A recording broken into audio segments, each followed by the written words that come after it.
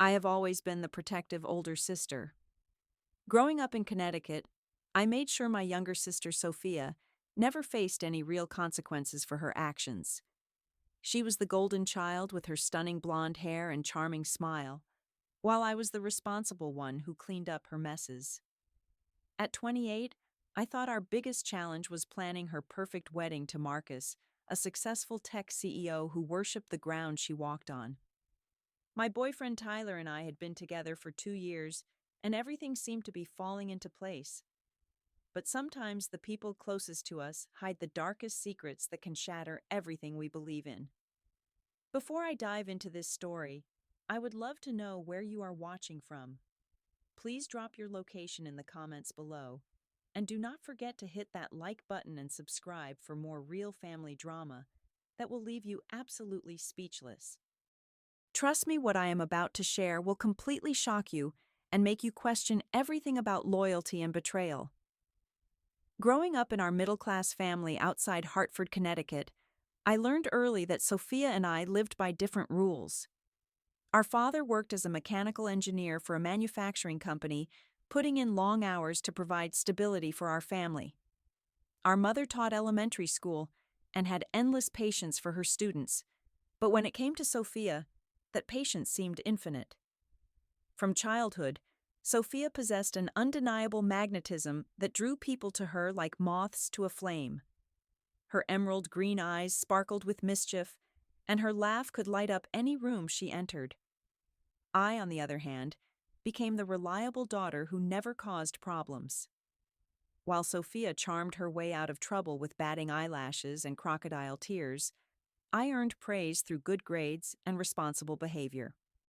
During high school, when Sophia got caught sneaking out to parties I covered for her countless times. When she crashed Dad's car senior year, I helped her figure out how to tell our parents in a way that minimized the fallout. This pattern continued into our adult lives, with me working as a marketing coordinator for a small advertising firm, while Sophia bounced between modeling gigs and part-time jobs. Tyler entered my life during a particularly stable period. We met at a coffee shop near my office where he worked as a software engineer for a growing startup. His warm brown eyes and genuine laugh made our first conversation feel effortless. Unlike the guys Sophia typically dated, Tyler seemed genuinely interested in building something real. We spent weekends exploring small towns throughout New England, trying new restaurants, and talking about our future plans. He met my family during Thanksgiving 2 years ago, and even Sophia approved of him, which felt like a minor miracle. When Sophia announced her engagement to Marcus last spring, our entire family celebrated like we had won the lottery. Marcus came from old money on the East Coast, with a trust fund that made his successful tech company seem like a hobby rather than a necessity. He stood 6 feet 2 inches tall, with perfectly styled dark hair, and the kind of confidence that comes from never having to worry about money. More importantly, he seemed completely devoted to Sophia, in a way that made me believe she might finally settle down. The wedding planning process consumed our lives for 8 months. Sophia chose a luxury resort in the Hamptons for the ceremony, complete with an oceanfront venue that cost more than most people make in several years. The guest list grew to 200 people, including Marcus's business associates and distant relatives we had not seen in decades. As her maid of honor, I found myself coordinating with wedding planners, managing vendor relationships, and basically ensuring every detail met Sophia's impossibly high standards. During the final month before the wedding, I started noticing subtle changes in both Sophia and Tyler. Sophia seemed more secretive than usual, constantly checking her phone and smiling at messages in a way that made my stomach twist with unease. She would suddenly stop talking when I entered a room or quickly flip her phone face down during our planning sessions. When I asked about it, she claimed she was coordinating surprise elements for the reception or communicating with out-of-town relatives about travel arrangements. Tyler also began acting differently around the same time. Our usual weekend routines got interrupted by last-minute work obligations that seemed to pop up every Friday evening. He would return home later than expected, often smelling like expensive perfume that definitely was not mine. His explanations always sounded reasonable talks about important client presentations or team building events with his colleagues. But something felt off in a way that made me question my own intuition. The final dress fitting took place on a Tuesday afternoon just 10 days before the wedding. Sophia looked absolutely radiant in her custom-designed gown with intricate beadwork that caught the light beautifully. However, throughout the entire appointment, her phone buzzed constantly with incoming messages. She kept glancing at the screen with a secretive smile that made my chest tighten with worry. When the seamstress stepped away to get additional pins, I casually asked who was texting her so much. She laughed and claimed it was Tyler helping plan a surprise for me related to the wedding festivities. The way she said his name made my blood run cold, but I forced myself to smile and act excited about whatever surprise they might be planning. Deep down, a voice warned me that something was terribly wrong, but I pushed those thoughts away because the alternative seemed too horrible to consider. That Tuesday night changed everything in ways I could never have imagined. Tyler came home almost 2 hours later than usual, and I immediately detected the scent of floral perfume clinging to his clothes. Not just any perfume, but the expensive French fragrance that Sophia had been wearing since Marcus started buying it for her. When I asked about his day, he launched into an elaborate story about a client dinner that required him to stay late for presentations and negotiations. His explanation sounded rehearsed, like he had been practicing it during his drive home. The details were too perfect, too polished, and his eyes would not meet mine while he spoke. I wanted to believe him because the alternative would shatter everything I thought I knew about the two most important people in my life. But doubt had already taken root in my mind, growing stronger with each passing hour. Wednesday morning brought new revelations that confirmed my worst fears. I stopped by my parents' house to help arrange floral centerpieces for the reception tables, a task that Sophia had delegated to me weeks earlier. The dining room table was covered with white roses, baby's breath, and eucalyptus branches that needed to be assembled into elegant arrangements. Sophia was upstairs taking a shower when I arrived, leaving her phone charging on the kitchen counter. The device buzzed constantly with incoming notifications, and curiosity got the better of me. I glanced at the screen expecting to see messages from our mother or the wedding coordinator about last-minute details. Instead, I saw preview text from a contact labeled simply as T with a heart emoji next to it. The visible portion of the message read, "Cannot wait to see you tonight, baby," followed by several more words that were cut off. My hands started trembling as I realized what I was seeing. I quickly looked around to make sure Sophia was still upstairs before picking up the phone. The preview messages showed a conversation filled with romantic language that made me feel sick to my stomach. I saw phrases like, "missing your lips already," and "Sophia drives me absolutely crazy," and worst of all, "just one more week and we will be free to be together." Without really thinking about the consequences, I used my own phone to take screenshots of several messages. The evidence was right there in front of me, but my brain struggled to process what it actually meant. My baby sister and my boyfriend had been carrying on an affair behind my back, and they were planning to continue their relationship after her wedding to Marcus. The betrayal felt like a physical blow that knocked the air from my lungs. I managed to compose myself before Sophia came downstairs, acting normal while we worked on the centerpieces together. She chatted happily about honeymoon plans and reception details, completely unaware that I had discovered her secret. Every smile felt like another knife in my back, but I maintained the facade until I could escape back to my apartment. That evening, I confronted Tyler with the screenshots I had taken. His initial reaction was complete denial, claiming that I had misunderstood something or that the messages were taken out of context. When I showed him the evidence clearly displaying his name and phone number, his story quickly fell apart. He began making excuses, blaming Sophia for seducing him and insisting that their affair meant nothing to him. According to Tyler, Sophia had pursued him relentlessly after Marcus proposed, claiming she was having second thoughts about marriage and needed comfort from someone who understood her. He painted himself as the victim of her manipulation, insisting that he had been trying to end things, but could not hurt her feelings so close to her wedding day. His explanations sounded pathetic and desperate, making me realize how little respect he actually had for either of us. The conversation escalated quickly as Tyler alternated between begging for forgiveness and trying to justify his behavior. He promised to cut all contact with Sophia immediately and claimed that our relationship meant everything to him. But his words felt hollow because I could see the panic in his eyes, knowing he had been caught in an unforgivable betrayal. When I demanded to know how long the affair had been going on, he reluctantly admitted it had started almost 3 months earlier. I told him to pack his belongings and leave my apartment immediately. He spent the next hour gathering his clothes and personal items while continuing to plead for another chance. I sat in complete silence watching this man I had trusted and loved reveal himself to be a liar and a cheat. After he finally left, I spent the entire night staring at the ceiling, trying to process the magnitude of what I had discovered. Thursday evening, I decided that sitting around feeling sorry for myself would not solve anything. If Tyler and Sophia thought they could continue their affair while destroying Marcus's life and making a mockery of their wedding, they had seriously underestimated my determination to expose the truth. I needed concrete evidence that would leave no room for denial or explanation. I told Tyler that I wanted to talk things through and suggested we meet for dinner to discuss our relationship. He eagerly agreed, probably hoping he could manipulate me into keeping quiet about what I had discovered.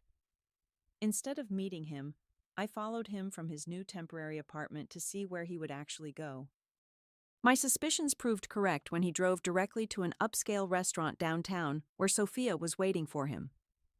From my car parked across the street, I watched them embrace like lovers who had been separated for weeks, rather than people who had supposedly just ended an inappropriate relationship. Sophia was wearing her engagement ring from Marcus, but she was gazing at Tyler with the kind of adoration that should have been reserved for her future husband. They held hands across the table, fed each other bites of food, and kissed passionately without any concern for who might see them. I used my phone to capture both photographs and video evidence of their public display of affection. The images clearly showed Sophia in her engagement ring, kissing another man just 4 days before her wedding to Marcus.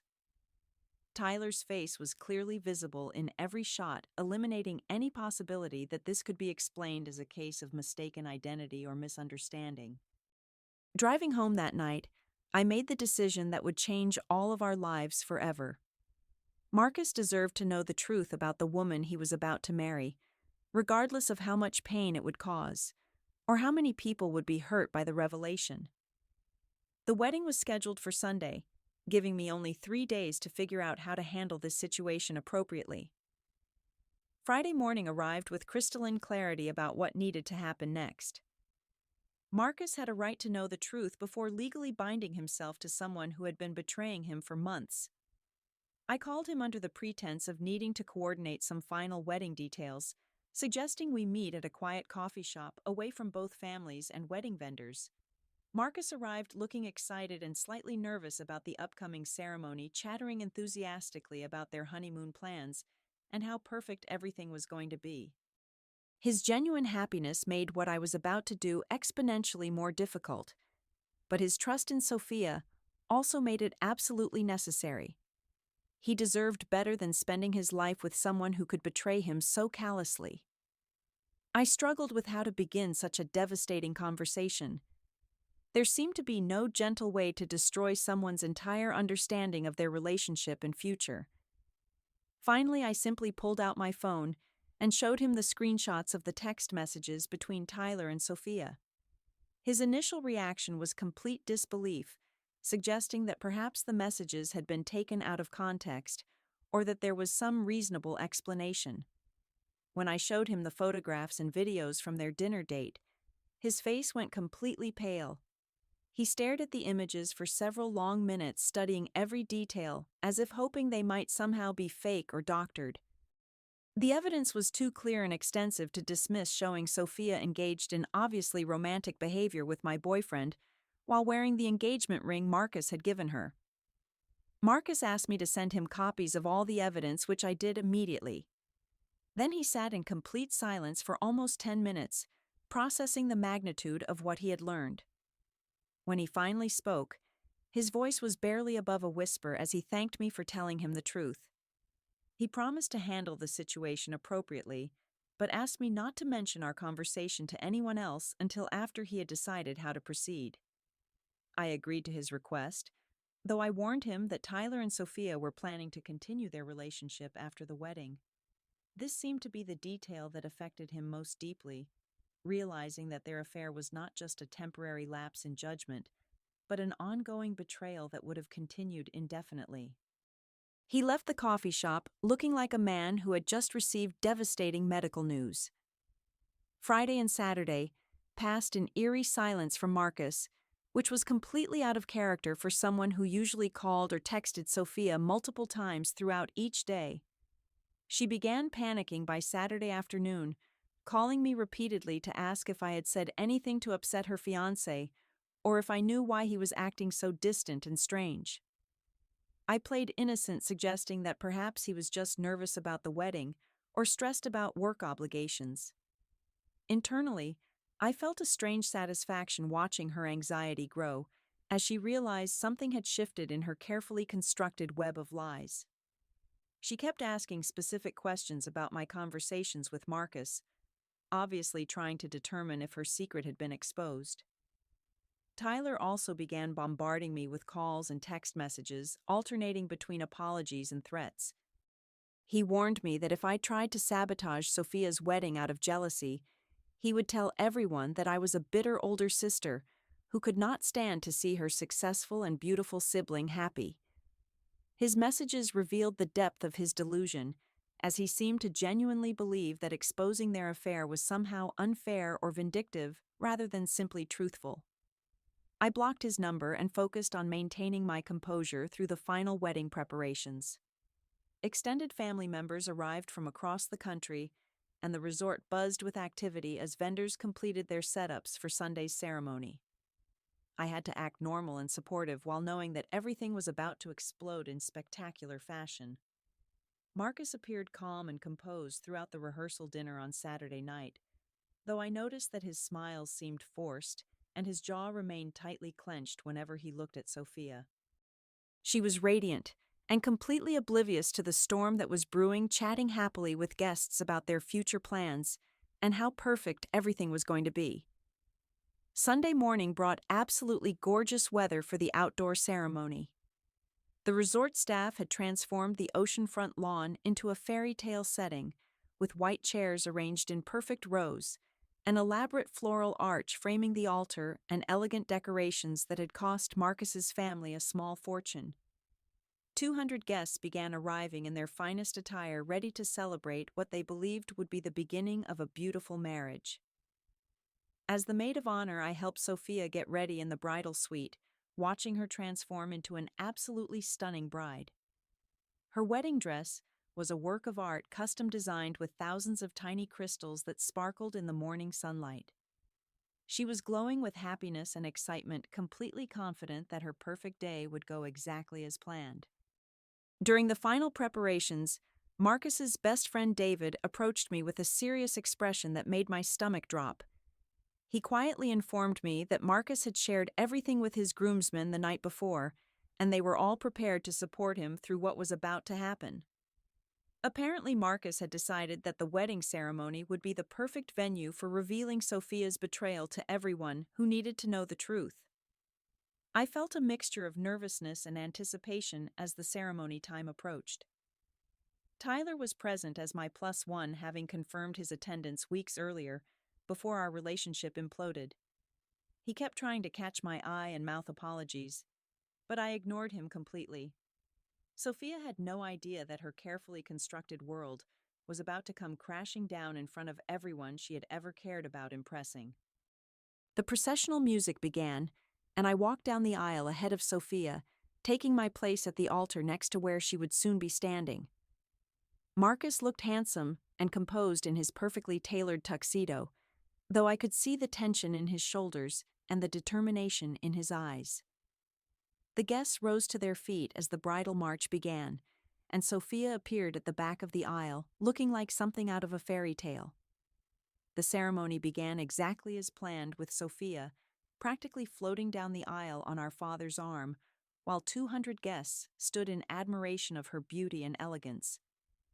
She was absolutely radiant, completely convinced that her perfect day was unfolding exactly as she had dreamed.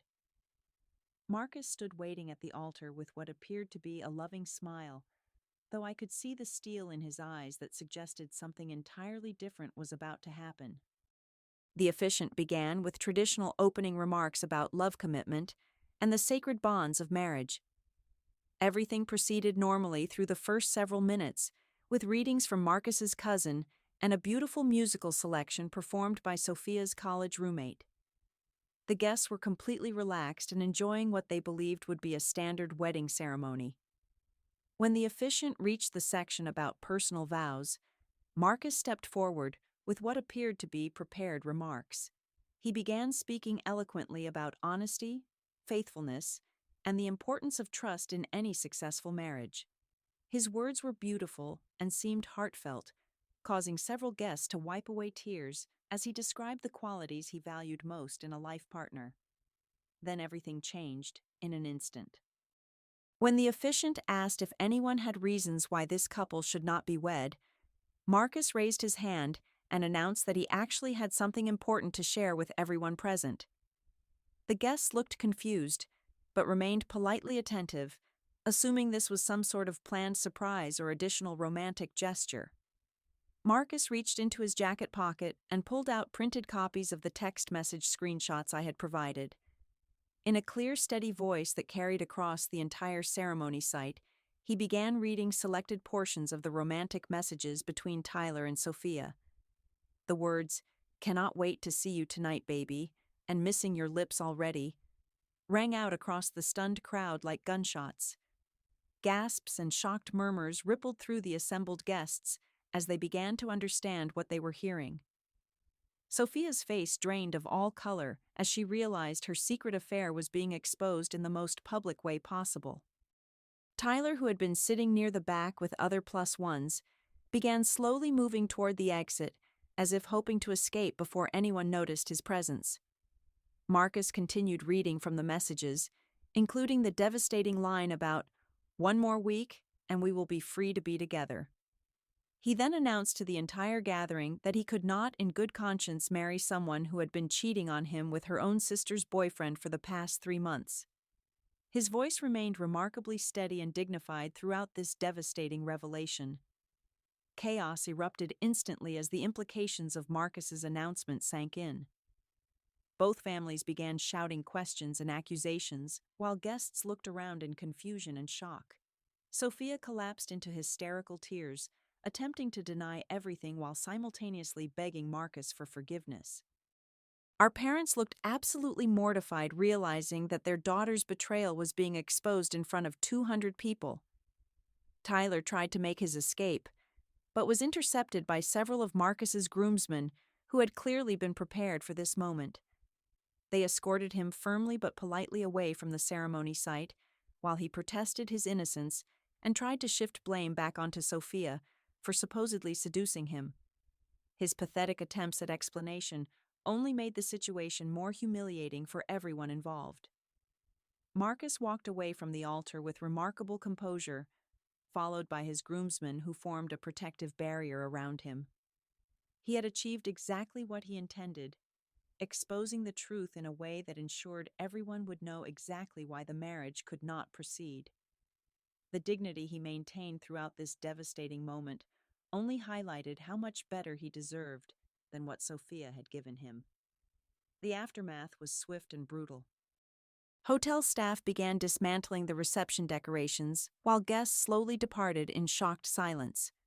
Our parents were left to deal with the humiliation and financial consequences of a wedding that had cost them nearly their entire retirement savings.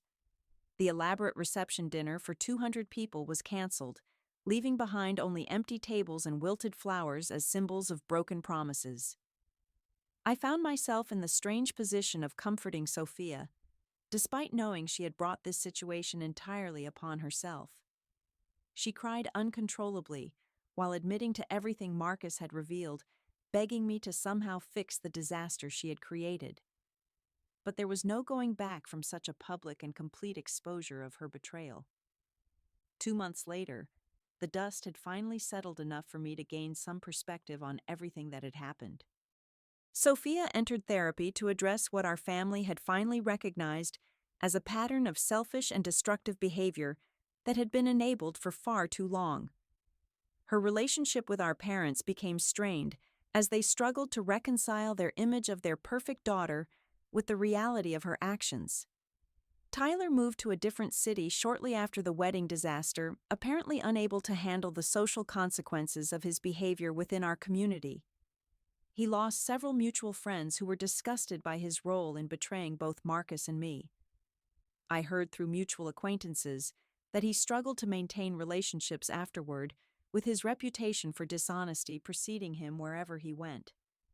Marcus sent me a thoughtful thank you note several weeks after the ceremony expressing gratitude for giving him the truth, even though it must have been incredibly difficult to expose my own sister's betrayal. He wrote that while the experience was painful, it had saved him from making what would have been the biggest mistake of his life. He was taking time to heal and focus on rebuilding his trust in people and relationships. For myself, I learned invaluable lessons about setting boundaries and trusting my instincts when something feels wrong. The experience taught me to distinguish between protecting someone I love and enabling their destructive behavior. I realized that by always cleaning up Sophia's messes throughout our lives, I had prevented her from facing the natural consequences that might have helped her grow into a more responsible person. The most important insight I gained was about the nature of real love versus toxic loyalty. I learned that protecting someone from the consequences of their own poor choices is not actually love, but rather a form of enabling that prevents genuine growth and accountability. True love sometimes means allowing people to face the truth about their actions, no matter how painful that process might be for everyone involved. Looking back now, I have no regrets about exposing Sophia's affair, despite the pain it caused our entire family.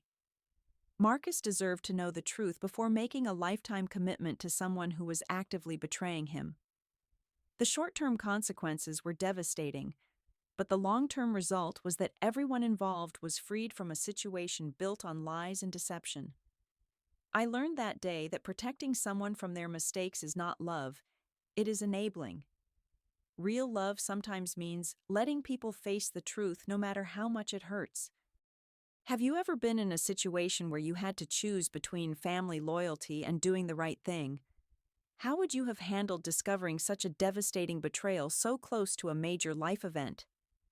I would love to hear your thoughts in the comments below about whether I made the right choice in exposing the affair. If this story resonated with you, please give it a like and subscribe for more real-life family drama that will make you question everything about trust and relationships.